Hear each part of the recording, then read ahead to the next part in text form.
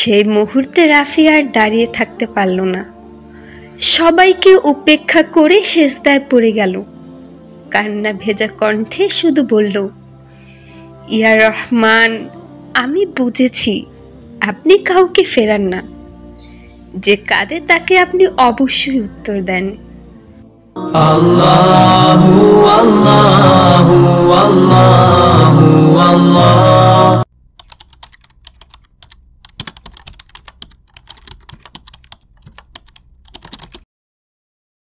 আসসালামু আলাইকুম, আমি ফাতেমা আলী। আশা করি আমার প্রিয় ভাই বোনেরা সকলে মহান রবের অশেষ রহমতে ভালো আছেন।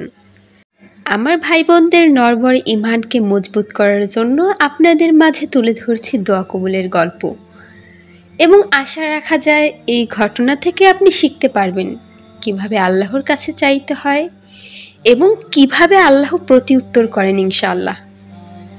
আমরা অনেক সময় ভাবি দোয়া কবুল হয় না, কিন্তু আসলে কি দোয়া আল্লাহ ফেরান? শুনুন একটি গল্প, যেটা হয়তো আপনার পরিচিত কারো কিংবা আজ আপনার নিজেরও হতে পারে।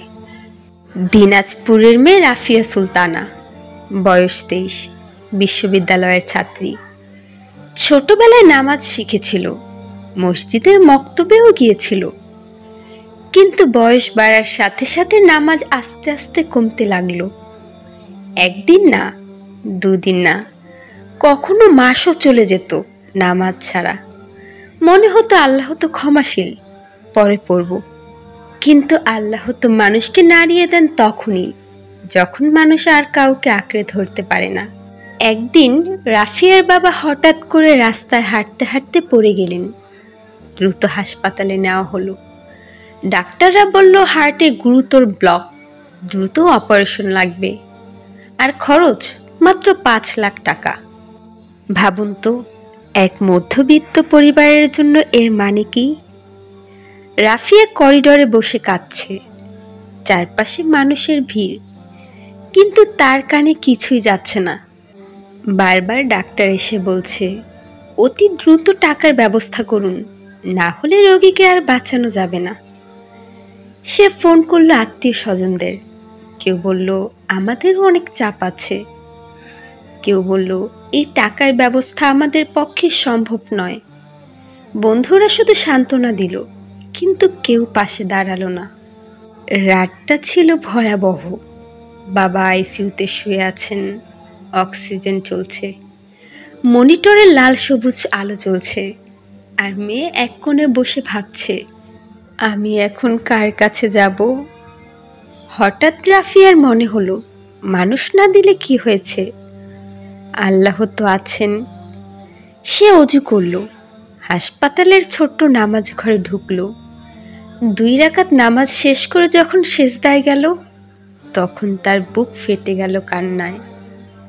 সে বলতে লাগলো, ইয়া মালিক, আমি আপনাকে ভুলে গেছি, নামাজ ছেড়েছি, পাপ করেছি, কিন্তু আমি তো এখন আপনার ছাড়া আর কারো কাছে নেই।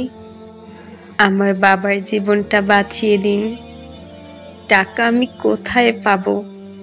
আপনি তো আর রাজ্জাক, আপনি দিলে সব হয়। ইয়ার রব, আজ আমাকে খালি হাতে ফেরাবেন না।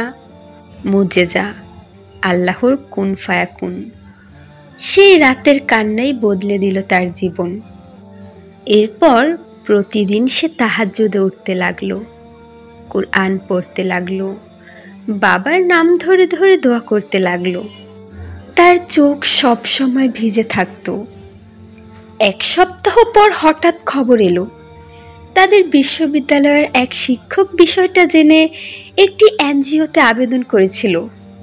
আর অবিশ্বাস্য হলেও সত্যি, সেই এনজিও বাবার পুরো অপারেশনের খরচ দিয়ে দিল। অপারেশনের দিন ডাক্তার এসে বলল অপারেশন সফল হয়েছে।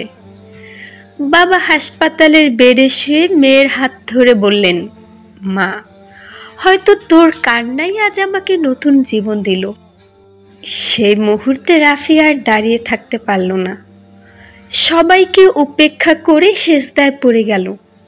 কান্না ভেজা কণ্ঠে শুধু বলল, ইয়া রহমান, আমি বুঝেছি আপনি কাউকে ফেরান না, যে কাঁদে তাকে আপনি অবশ্যই উত্তর দেন।